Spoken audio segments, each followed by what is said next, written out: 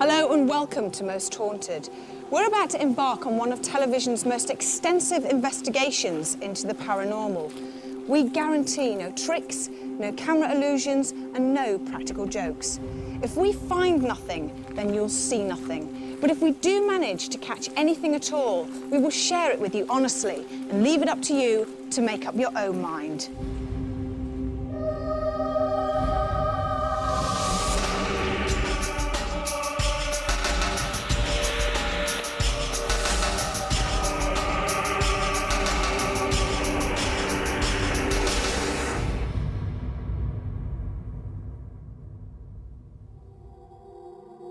While we were in the West Country, we came across one of the strangest hauntings we've ever heard of and just had to investigate. We've come to Athelhampton Hall near Dorchester to spend 24 hours in search of the truth.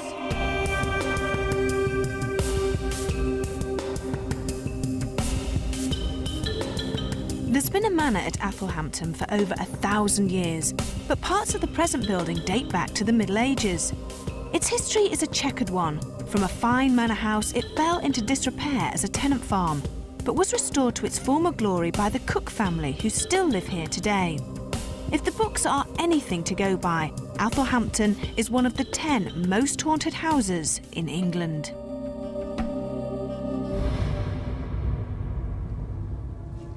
This is no ordinary haunted house, and the brave souls that will be spending the night with me to face the unknown are the crew. Here they all are. Say hello, crew. Hello. They've got no idea what they're letting themselves in for. Now, if we do catch any paranormal activity on camera, somebody that will be looking for hard evidence is, of course, our parapsychologist, Jason Carl. Now, Jason, what sort of things do you try to find? Well, we're looking for hard evidence, Yvette. I mean, I'm not looking for anecdotal encounters of people saying they've seen something. I want corroborated evidence, so that's things on equipment, that's 2 or 3 people seeing the same thing at once. So what sort of equipment are you going to be using tonight? Well, today, one of the things that I want to sort of focus on is an EMF meter. This is the most common ghost hunting gadget that you can get, really. This tests the electromagnetic field, which exists everywhere. Everything has a field which is quite low. If the field rises, this will tell us that. And if I can rule out any natural reasons for the rise in the EMF fluctuations, that may indicate that a ghost or spirit or something anyway is happening. Now, there's supposed to be 7 ghosts here, and one of them is an ape. That's right. Strange. It's an unusual one. I mean, most people think of ghosts as being humans, people walking around. But there are just as many reported sightings of alleged ghost encounters of animals, also even of transportation, buses and cars, and of houses as well. So it's not just humans. Also, is it true to say that ghosts don't like lights? Well, if you accept that ghosts exist, we can only look at it from statistics. And over the last 10 years, we have seen, through investigations that we've done all over the world, that more unusual occurrences or unexplainable occurrences occur when the lights are off. So yes, if you want something to happen, in order to make them, sort of increase the likelihood, you turn the lights off. Now, we're going to be meeting our spiritual medium, Derek Okora, later on. What are you going to be looking for in Derek?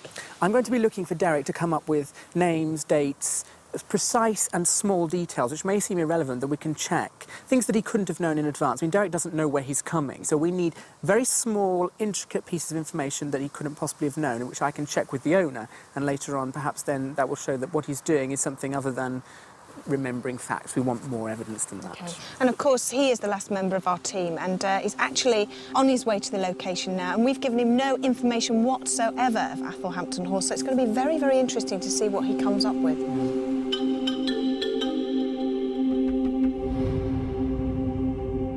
Well, the Cook family moved here in 1957. My grandfather bought the house.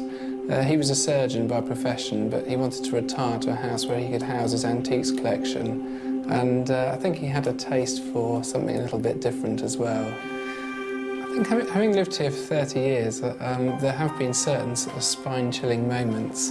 But I don't think I've ever seen a ghost myself, but I do sort of feel the place has quite a presence. And even my son, who's age 3, has already picked up certain sort of vibes about certain bits of the house being spooky. It all started when I was pregnant with our first little boy, George. And what worried me most is that it was actually seemed to be very much concentrating on me, and it was a constant presence all the time. And I suppose you could argue I was emotional and hormonal and everything else, but it got very, very oppressive. I had terrible nightmares. I couldn't sleep at night. The first time I put him in his cot when he was 3 weeks old, I bent over the cot and I felt something touch me on my shoulder, and that really frightened me.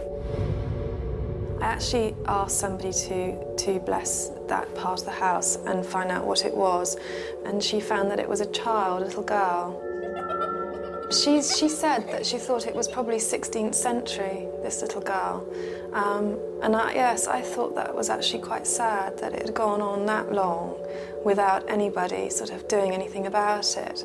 And yet also quite pleased and thankful that I had actually asked, even though I felt a bit stupid at the time. Plenty of people have told me they've sort of seen things, but I think that they always have a little bit of a wry smile when they say it. But the monkey is the ghost that sort of always intrigues me, because this idea of a little pet monkey used to roam around the house, sort of quite free, and then when the Martins died, he was looking for his new master. I find that quite spooky. Patrick's a cynic anyway, so he's kind of not open to anything, whereas I'm a little bit more, I believe more about ghosts and things.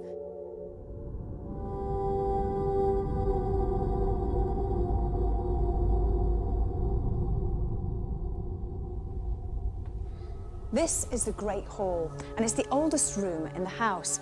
Now, it used to be used as the living room, the dining room, and the bedroom by every member of the household. Now, there are supposed to be two ghosts here, seen in the evening time, fighting a duel before they both sit down to have an evening meal together.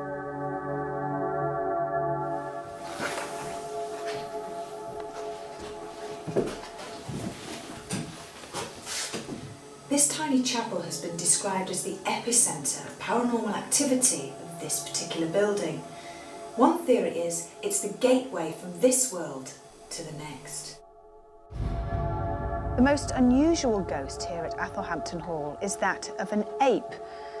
Now, it was the family pet of the Martins in the 1500s, and the story goes that the ape was trapped in a secret passageway behind the walls, and often it can be heard scratching to get out.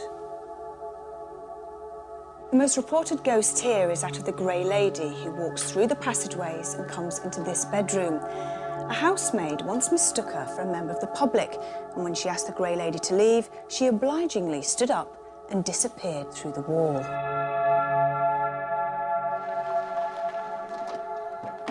Our spiritual medium, Derek Akora, had arrived. Now remember, he's been given no prior information about the whereabouts or history of Athelhampton. Just to get us all in the mood, what could be better than ghost stories around the fire and to ask questions that intrigue some members of the crew? Derek, do you think it's a good idea to have your house blessed? Well, I personally don't believe that they should be moved on. I would say leave it to them whether they want to move on or not. As long as they're not hurting us or bothering us, and we're quite happy for them to be around us. It's interesting as well that you ask whether it's a positive thing or not. And if you look at case histories where people have had a house blessed or exorcised, in a lot of cases, the people have reported that, in fact, it has disturbed them, hasn't moved them on. To give them a blessing is all fair and well if that's your belief, but it may not be the religious beliefs or spiritual beliefs of the person who is the ghost. Yeah, they resent it. They resent it because, you know, they look at themselves generally 9 times out of 10. They know they've left a physical body, they're in a spirit body, but they know they still exist. Is it true that animals can actually see ghosts, or is that just a myth? Oh, it's not a myth, Rick. It's very true. Because they've not got the intellect and they don't use the brain like us people, and they go off their pure senses anyway. Can I interrupt you? I'm sorry, but can you just look at Alfie? What is he looking at? Because he's not looking at me, and I know that sounds daft, but he's looking in between me and Rick. Yes, he's transfixing his eyes, isn't he? Yeah. He sees his reflection in the lens. No, he's not looking at the camera. Oh, no. Yeah. What can I see? Yeah.